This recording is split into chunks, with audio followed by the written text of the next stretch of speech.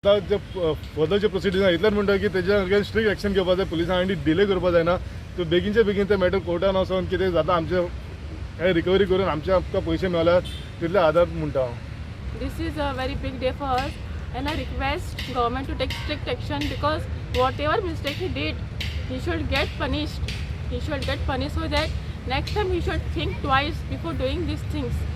हम लोग अपनी होप पूरी तरह खो चुके थे, लेकिन एटलीस्ट अभी हमारी होप है. अभी बस हमारी गवर्नमेंट से, पुलिस डिपार्टमेंट से यही गुजारिश है कि उसको मतलब जितना हार्श से हार्श पनिशमेंट हो सकता है उसे दें, ताकि कोई दूसरा आदमी आगे ऐसा करने से पहले 1000 बार सोचे किसी गरीब आदमी का पैसा लेके मारना भागना.